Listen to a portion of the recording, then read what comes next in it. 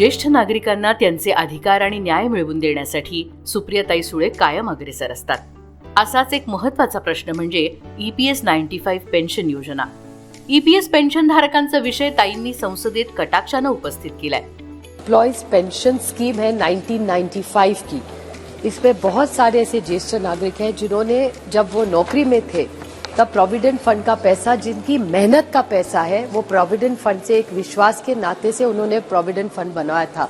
लेकिन आज ये EPS 95 के जो बेनिफिशियरीज है उसमें 1.8 मिलियन पेंशनर्स ऐसे हैं जिनको 1,000 रुपये से कम हर महीने मिलता है और सबसे ज्यादा जो है वो 4 या 5 हजार से ज्यादा एक भी पेंशनर को पैसा नहीं मिलता. और एवरेज अगर इस पूरे वर्क सेक्टर का जो फोर्स है उसमें का अगर एवरेज निकले तो 1,500 रुपया ही EPS 95 को मिलता है. सर आप सोचिए, आज इतनी महंगाई है और अगर कोई दादा दादी या नाना नानी उनके छोटे से पोते या पोती को एक गिफ्ट भी देना चाहे उनके जन्मदिन पे, तो 1,500 रुपया अगर उनको पूरे महीने की उनकी हक की कमाई है. पूरा लाइफ उन्होंने बच्चों को बड़ा करने में किया, सारा पैसे बच्चों की सिखाई, घर लेने में डाल दिया. उसके बाद जब रिटायर होके अपनी मेहनत का जो हक मांग रहे वो भी 1,500 रुपया. सर आप सोचिए 1,500 रुपया में एक रिटायर्ड आदमी कैसे जी सकता है. मैं सरकार से हाथ जोड़ के विनती करती हूँ कि ये EPS 95 लोगों की छोटी सी मांगे, उनको हक का पैसा है जो सरकार के पास पड़ा हुआ है.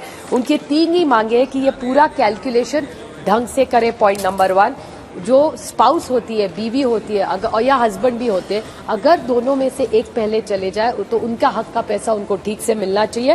और जो कॉस्ट ऑफ इंडेक्स है सर, लिविंग है, जो उनका हक का EPS 95 का पैसा है वो उनको ही मिलना चाहिए. सरकार उसको ना रखे, वो उनका पैसा है जो सरकार ने गलत तरीके से रखा है. मैं हाथ जोड़ के इस सरकार को विनती करती हूँ कि आप गारंटी की सरकार बोलते हैं तो प्लीज हमारे इस सीनियर सिटीजन्स को जो गारंटी एक स्कीम नहीं दी थी उसको पूरा करें और जल्द से जल्द ये सीनियर सिटीजन्स को उनका हक का जो पेन्शन का फंड है वो मिले. या पेन्शन धारकांना अतिशय तुटपुंजी रक्कम मिळते, ज्यामध्ये उदरनिर्वाह, औषधोपचार आदींचे खर्च होणं अशक्य आहे.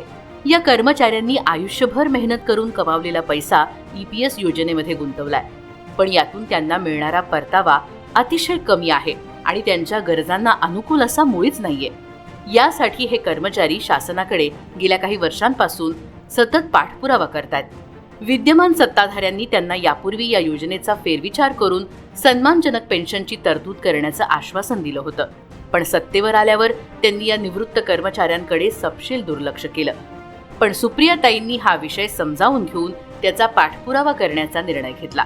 तसंच या कर्मचाऱ्यांचा आवाज संसदेत मांडण्याचं काम खासदार सुप्रियाताई सुळे यांनी केलं. और ये EPS 95 और OPS का आपकी सरकार ने कमिटमेंट किया था कि जब हम सरकार में आएंगे हम ये करेंगे. तो ये पैसा जाता कहाँ है सर?